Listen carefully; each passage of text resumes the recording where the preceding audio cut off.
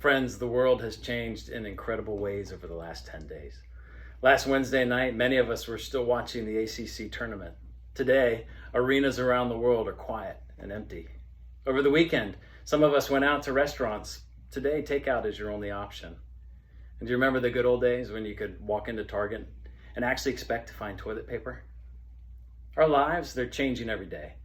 None of us has ever lived through a time like this with so much uncertainty and so many unknowns. Our culture, it's not equipped for this, and frankly, neither are we. As followers of Jesus, though, we have the tools we need in order to be able to adapt. Now, you may be at home with a house full of kids who are starting to drive you crazy.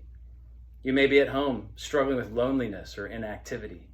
You may be the only one at the office struggling to figure out how you're going to make payroll for April.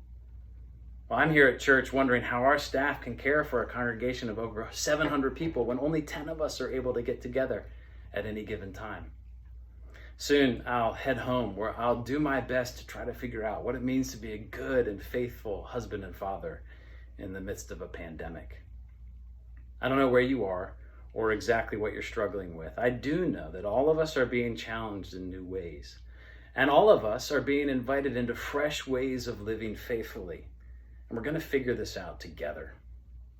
Over the weeks ahead and for the foreseeable future, I'm going to try something new as I adapt to being your pastor in this new reality.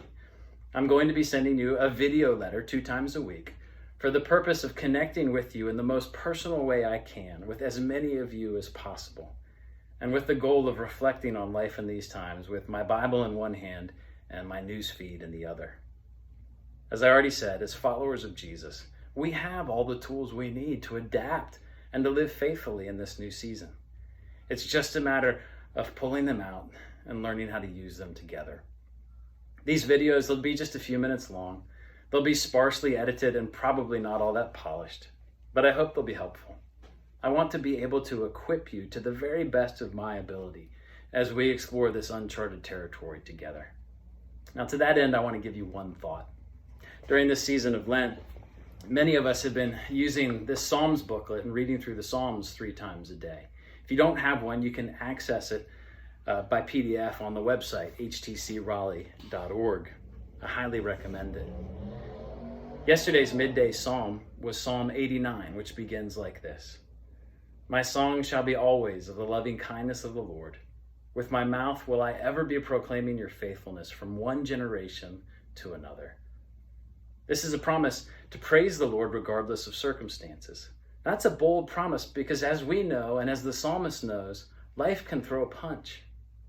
But it's a promise with purpose. The psalmist knows that by praising God, by singing about his love and kindness, he puts himself in God's presence and is blessed. As he writes later in the psalm in verse 15, Blessed are the people, O Lord, who rejoice in you. They shall walk in the light of your countenance. The simple act of bringing praise to God for who he is and what he's done brings us out of the darkness and into the light of his face. Praise brings us into God's presence where he blesses us. Whether you're confused, overwhelmed, anxious, or really bored, the act of turning to the Lord in praise is a powerful way to hit reset on your heart and mind. Praise illuminates our lives in all of their complexity and uncertainty with the light of God's face. Try it.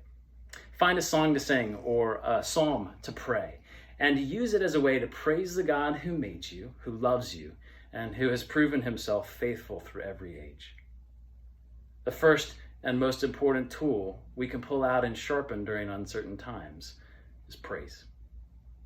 I'll look forward to speaking to you again next week. In the meantime, I hope you'll plan to join us for Sunday worship, which will be available on the website, htcraleigh.org, under the resources page, early Sunday morning. And just a reminder that for now, all church activities are suspended through at least next Friday, March 27th. We'll be updating our coronavirus page on the website as and when we have further news for you. We'll also be sending out emails. Until then, may the Lord bless you and keep you.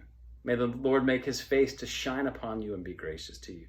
May the Lord lift up the light of his countenance and give you peace.